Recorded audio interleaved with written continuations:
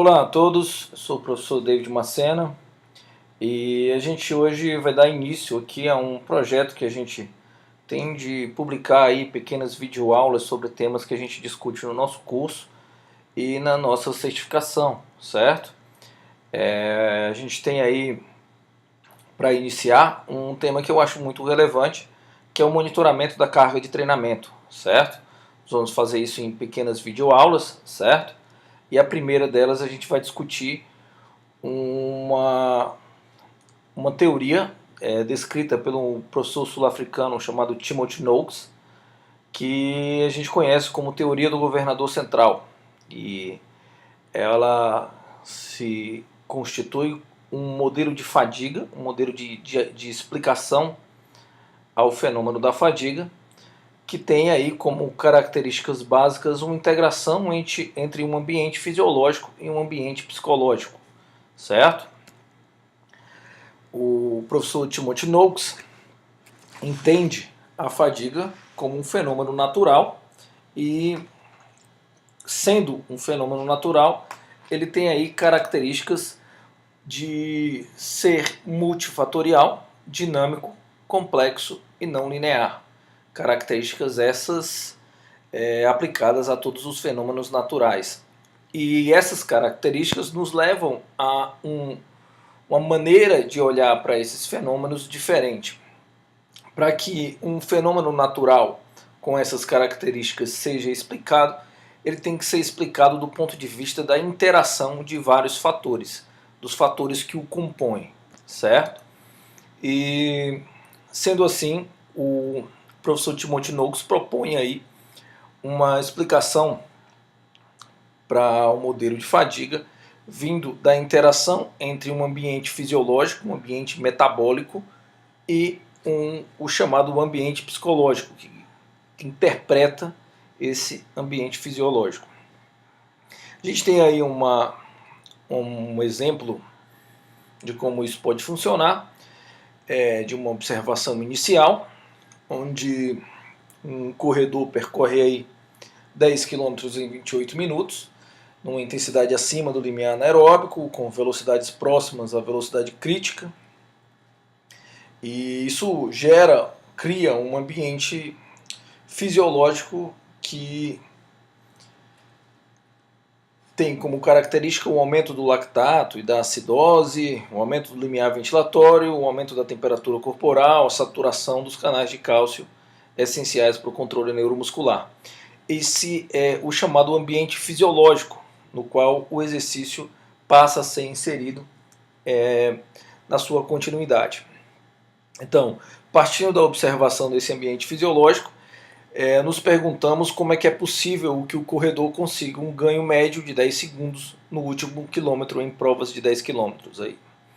E isso é o que o professor Timothy Noakes pretende explicar aí com a sua teoria, certo? A teoria do governador central, como a gente acabou de falar, é uma aplicação dos sistemas complexos ao modelo de fadiga, certo? Assim como a teoria dos sistemas dinâmicos é uma aplicação desse tipo de modelo ao controle motor, a gente tem aí a aplicação dessa visão ao fenômeno da fadiga.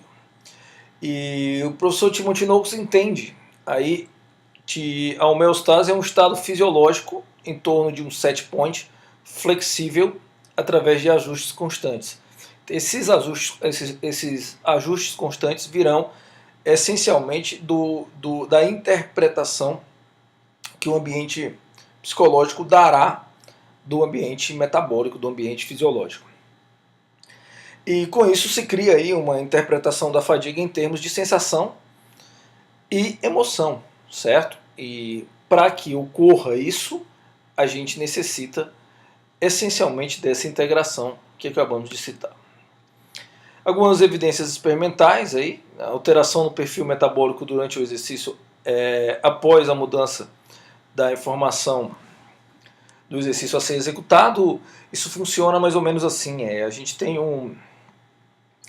uma necessidade para que a gente interprete isso do ponto de vista emocional, do ponto de vista cognitivo também, de uma informação prévia, de uma vivência prévia com o exercício a ser executado.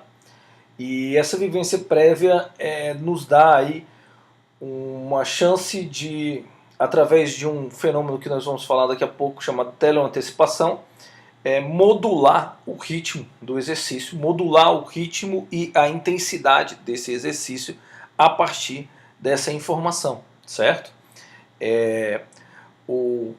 A informação prévia ou não, ela faz parte do ambiente do exercício, certo? Então, o fato de você ter uma vivência prévia ou ter uma informação prévia faz com que você module o ritmo do exercício para que você alcance o objetivo a ser alcançado com ele. Uma segunda evidência é a dissociação entre a sensação de esforço e desempenho do músculo periférico na síndrome da fadiga crônica. Aqui a gente tem aí uma interpretação no ambiente psicológico da fadiga maior do que o sistema fisiológico, o sistema metabólico está sendo submetido. Isso mostra que a gente tem aí um fenômeno associado à emoção e à cognição envolvido nesse processo.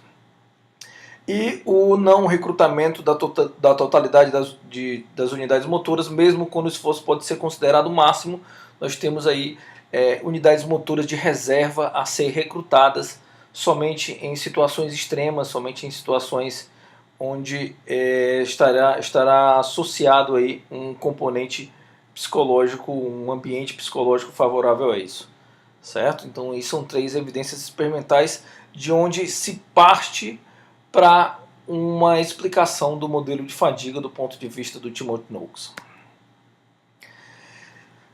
O articulador central, certo? O articulador central tem uma localização anatômica aí, presente no córtex frontal, córtex superior e hipotálamo, uma região aí que está onde se localizam aí a maioria dos centros de controle da homeostase, classicamente conhecidos já. E essa é uma localização anatômica deste articulador central, que será o grande responsável pela integração entre informações vindas da periferia, informações vindas que criarão um perfil metabólico desse exercício, integradas a um ambiente psicológico, certo? O articulador central tem como função integrar as informações que chegam ao cérebro inconsciente e as informações metabólicas vindas da periferia, gerando uma sensação consciente do esforço responsável pela modulação do ritmo, certo? O articulador central é o grande responsável por realizar o que se propõe a teoria do governador central, que é essa interação entre um ambiente fisiológico e um ambiente psicológico, ok? Então a gente tem aí como isso se desenrola, certo? Por meio da teleantecipação, a teleantecipação é um fenômeno que é extremamente dependente de um prévio conhecimento do exercício, certo? De um prévio conhecimento da situação a ser exposta, certo? Então, por meio de teleantecipação, o córtex frontal envia sinais eferentes para a execução da tarefa, causando alterações iniciais no perfil de recrutamento muscular e no perfil metabólico, certo? Então, a teleantecipação ela só é possível desde que você tenha uma experiência prévia, uma sensação prévia, desde que você já tenha sido submetido àquela sensação, já que é a partir desse fenômeno que se cria uma tática para o exercício, uma tática entre aspas aí para o exercício, se cria uma maneira de se realizar esse exercício que no final culmine com um alcance do objetivo que a gente tem com ele. Por exemplo, numa prova de corrida, a teleantecipação te permite traçar uma estratégia para que você termine essa prova de corrida no melhor tempo que você possa fazer, certo? Permite dosar o ritmo, modular o ritmo, para que no final você chegue a alcançar o objetivo que você quer nessa prova. Mas isso só é possível se você já tem uma experiência prévia, porque senão você não tem como traçar essa estratégia sem ter vivido isso anteriormente. Então a teleantecipação é dependente de uma experiência prévia com a mesma situação.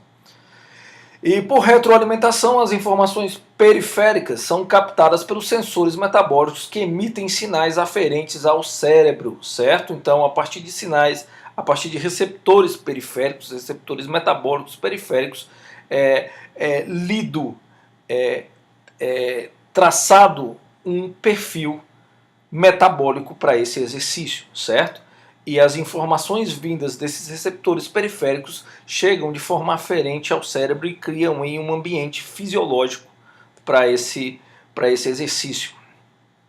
E essas informações que chegam ao sistema nervoso central são integradas ao articulador central, a essa área que a gente citou anteriormente, e codificadas para um possível ajuste de ritmo, certo? Então, a partir da informação aferente que chega ao cérebro, trazendo informações metabólicas da situação causada pelo exercício e da integração dessa informação a um ambiente psicológico, a uma percepção do que esse exercício vem causando ao organismo, certo? Do ponto de vista das emoções, do ponto de vista cognitivo e do ponto de vista perceptivo, certo? Então, a gente tem aí uma integração entre esses dois fatores, que é o que procura mostrar a teoria do governador central, certo? Então, como a gente comentou aqui, a teleantecipação é a percepção do esforço baseado em experiências anteriores, e ela é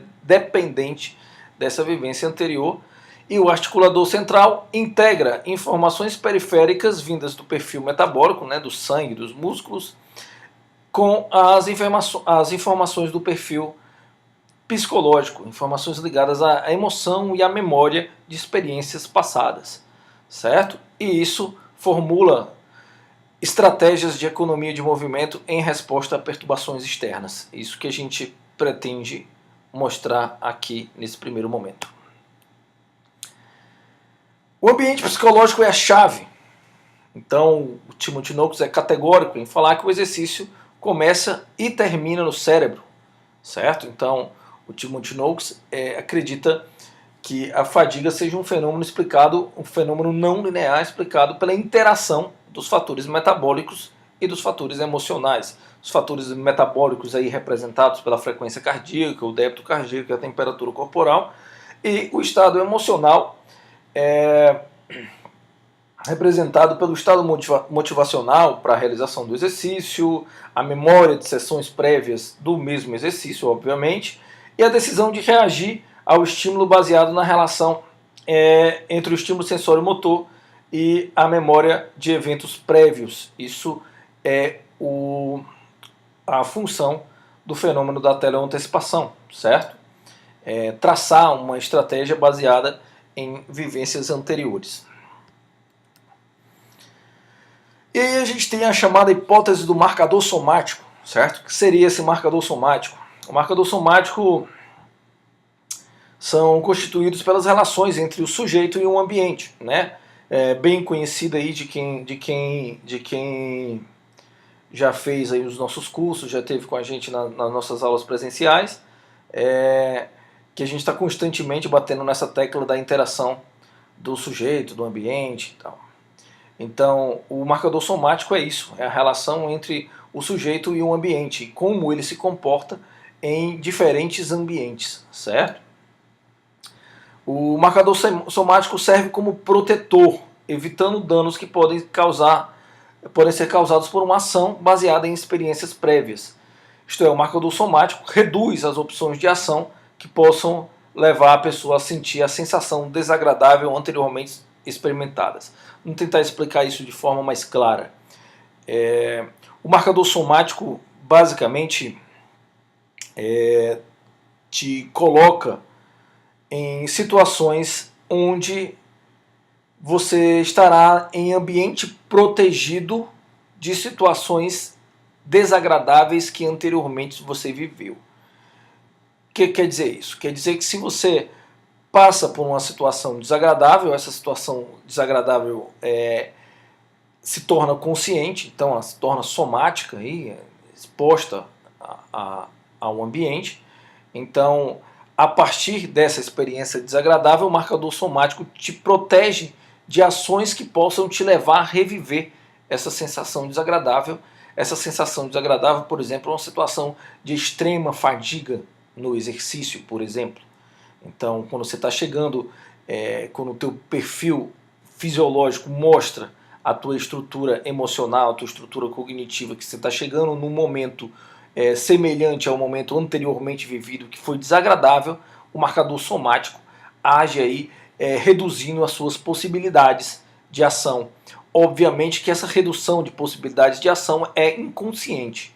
Sendo inconsciente, ainda não passa pelo crivo do cognitivo. Então, até onde ele é inconsciente, ele ainda não chega a ser cognitivo. Então você ainda tem a opção de continuar no exercício, mesmo após a redução protetora do marcador somático. A decisão de continuar ou não, de reviver ou não aquela experiência desagradável, ela já é consciente, ela já é cognitiva, certo? E aí já está fora das possibilidades do marcador somático.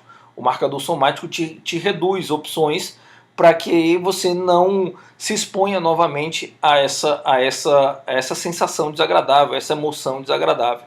Mas, do ponto de vista consciente, do ponto de vista cognitivo, você pode tomar a decisão de se expor novamente a ela. Essa é uma decisão basicamente consciente e que pode ser tomada também, e aí você reviveria toda aquela sensação, mesmo após a proteção te dada pelo marcador somático.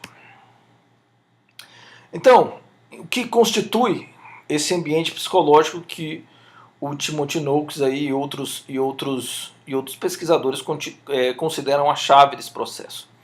A gente tem aí o sentido do self e o chamado proto-self. O sentido do self é um conjunto neural que determina o conhecimento do sujeito, tanto conscientemente como inconscientemente. Você encontrará análogos a esse conceito em vários estudiosos da psicologia, certo?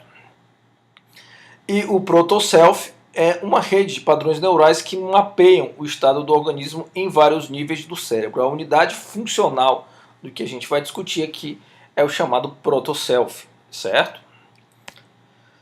Então, como que o proto-self modula aí o ritmo do exercício, te colocando em situação onde você estará protegido contra essa sensação desagradável anteriormente vivida.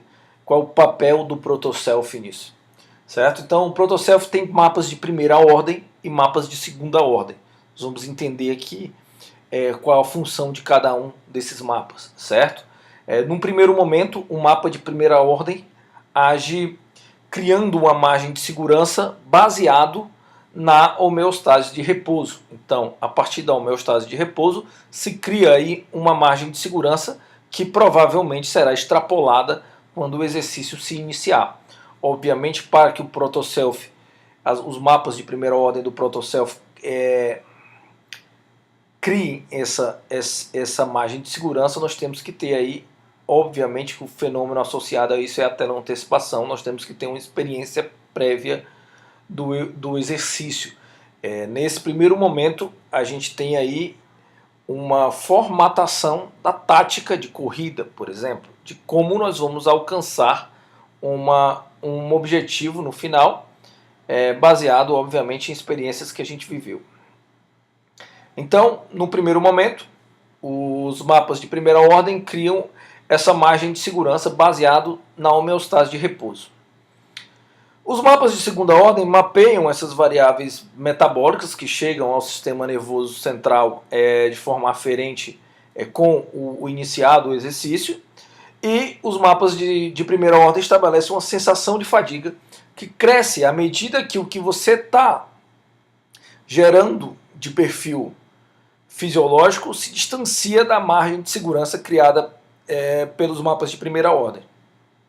Certo? Então você tem um mapa de primeira ordem ali baseado na homeostase de repouso, você começa a fazer o exercício e quanto mais intenso fica o exercício, mais distante dessa margem de segurança fica o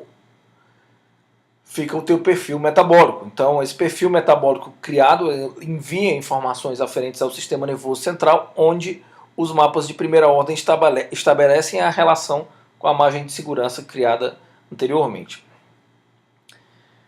E com a persistência do exercício, cada vez mais os mapas de segunda ordem continuam mapeando as variáveis que chegam ao sistema nervoso central e comparando com a margem de segurança criada pelos mapas de primeira ordem. E isso se prolonga até que a sensação de fadiga seja insuportável e gere aí o término do exercício, certo? O término do exercício vem quando o perfil metabólico, as características do perfil metabólico enviam informações que se distanciam em condições extremas de uma margem de segurança criada antes da prova, obviamente, por teleantecipação, e tendo como base a homeostase de repouso. Então, aí a gente tem o papel desse ambiente psicológico representado aí pelas características do protoself, certo? Então, o entendimento da teoria do governador central passa por essa interação, passa por ver o fenômeno da fadiga do ponto de vista de um sistema complexo e dissipativo, certo? E com isso se cria aí uma importância vital dessa interação entre o perfil metabólico, o perfil fisiológico e o perfil emocional, certo? O ambiente psicológico, certo? Isso tem aplicações práticas, certo? Como essa, por exemplo, da modulação do ritmo de corrida, certo? A modulação do ritmo de corrida vem de uma sensação criada a partir do ambiente psicológico e em relação ao esforço. Então aqui a gente termina a nossa primeira videoaula, certo? Essa primeira videoaula mesmo introdução, tem como objetivo ser uma introdução ao modelo de fadiga, e a partir daqui a gente começa a entrar em temas como o monitoramento da carga de treinamento. Primeiro o entendimento dessa carga de treinamento, depois o monitoramento dessa carga de treinamento, e aí a gente começa a entrar em assuntos mais práticos relacionados a isso. Ok? Então fica aqui a nossa primeira videoaula, e qualquer dúvida nas redes sociais a gente vai tentar sanar aí da melhor forma possível. Ok? Um abraço a todos e continuem acompanhando aí as nossas videoaulas nessa sequência.